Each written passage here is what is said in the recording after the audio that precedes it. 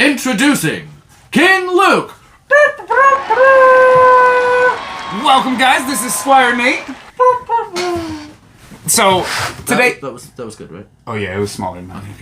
So today we're gonna do the best blue-green commanders of all time, I've got my list of 5. and I got mine, and you guys are gonna tell us whose is better. So my number 5 commander is gonna be Vorel of the Hulklade. This is a blue-green commander. It does +1/+1 counter things, doubles the counters on any one permanent you got. Amazing card, has super explosive turns. One of my favorite commanders of all time. Definitely makes my 5 spot. In my number 5 spot, I got Krufix, God of Horizons. He's so much fun to play. You get to stack him up with mana like a battery, and then just play big, explosive spells that your opponents can't deal with. And you know, I understand why King Luke over here would be playing counters. He needs to stack up being so short and all. It's a lot better. Yeah, that is better. Okay, so I like Vorel of the Hulklade because the turns are so explosive. We don't need a battery to charge up. We just get to have our explosive turns. I built this deck called Counter Counters where I'm going to put counters on everything and counter everything that you want to play. So fuck you. We're getting our counters in. The thing about playing Krufix like a battery, though, is that you're already in Simic, so you have so much card draw available to you with X-cost draw spells and fall triggers, and then you've always got a card in hand, and you've always got mana set aside with Krufix for that counter spell. But you gotta, like, save up your land, so you gotta waste the turn where you're not doing anything. In Vorel, we're gonna double counters with Branching Evolution, add an extra counters with Hardened Scales. We're gonna double the counters with our commanders, Colonian Hydra. We're gonna come in for the kill, 1 turn, explosive. That would be so good if Vorel had haste.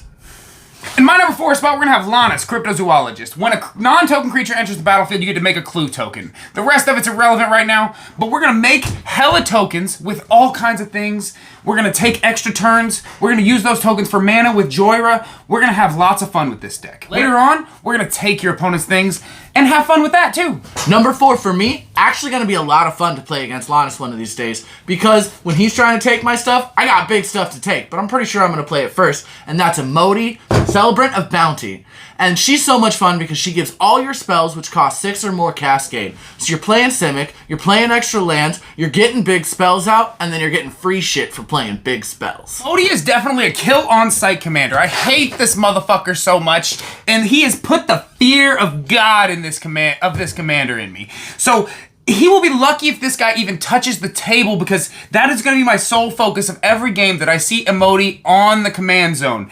To murder that guy as fast as possible. Murder him with all of my stuff, every bit of it. It doesn't matter who else is at the table.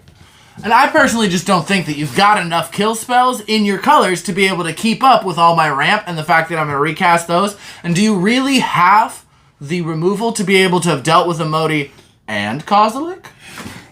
Yes! My number 3 spot is going to be AC, Tyrant of the Gyre Strait. This card is so powerful, costs 6 mana, gets you an extra landfall, and draws you a card. Simic, so we can ramp up, play this card super early, maybe turn 3 even. Definitely hits my top 5. 3 is a good spot for it. My number 3 is going to be Tatyova, Benthic Druid. She's very similar to AC in the fact that we're kind of playing along the same lines, but she just says I'd like to do it a turn earlier and gain some life as I play. My number 2 slot today, we got Koma the Cosmo Serpent. He's so much fun, he can't be countered, which really helps considering the fact that he immediately puts a target on your back. But every single turn, not my turn, not your turn, no, every single turn. So at a 4-player table, that's 4 times around the table, I'm going to make myself a Serpent, and that Serpent gives me the ability to protect Koma or tap down your stuff. My number 2 spot is one of my favorite commanders of all time. We got Adrix the Niv. This guy's a token doubler on your commander. He also has ward, so he kind of has protection from a lot of things. We're going to run all kinds of things, such as the Goose Mother. We got Doubling Season. We got Parallel Lives to double all kinds of tokens. We have run cards like Demonstrate, so we can copy our stuff multiple times.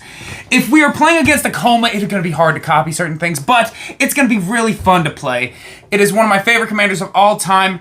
It comes out early because we're playing green. It only costs 4 mana compared to Koma's, which is like, what, 12 mana? 47,000 mana? It doesn't even matter. We're playing ours definitely earlier, and we're getting our engine going. We're going to be drawing cards, making tokens, coming in for the win.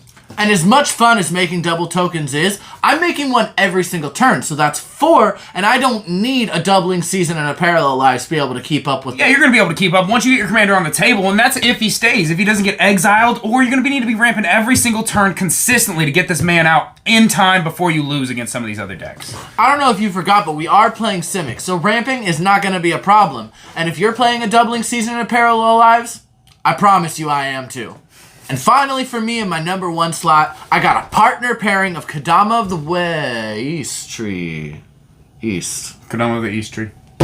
That was good stuff. Sakashima of 1,000 Faces. These two are so much fun together because Kadama says, I'm going to put stuff in. Sakashima says, I'm going to be a Kadama. I'm going to put everything in. And then you get to have this powerful combo in the command zone that you can fire off as soon as you're done playing your pile of Simic good cards. So my number 1 slot's one of the top CEDH commanders of all time. It's going to be Kinnan, Bonder Prodigy. This man is a combo engine. He makes all of your mana rocks and mana dorks tap for an extra mana. He combos with, what's the card that he combos with? A blue to untap. You know what I'm talking about? Oh, the crab? No, it's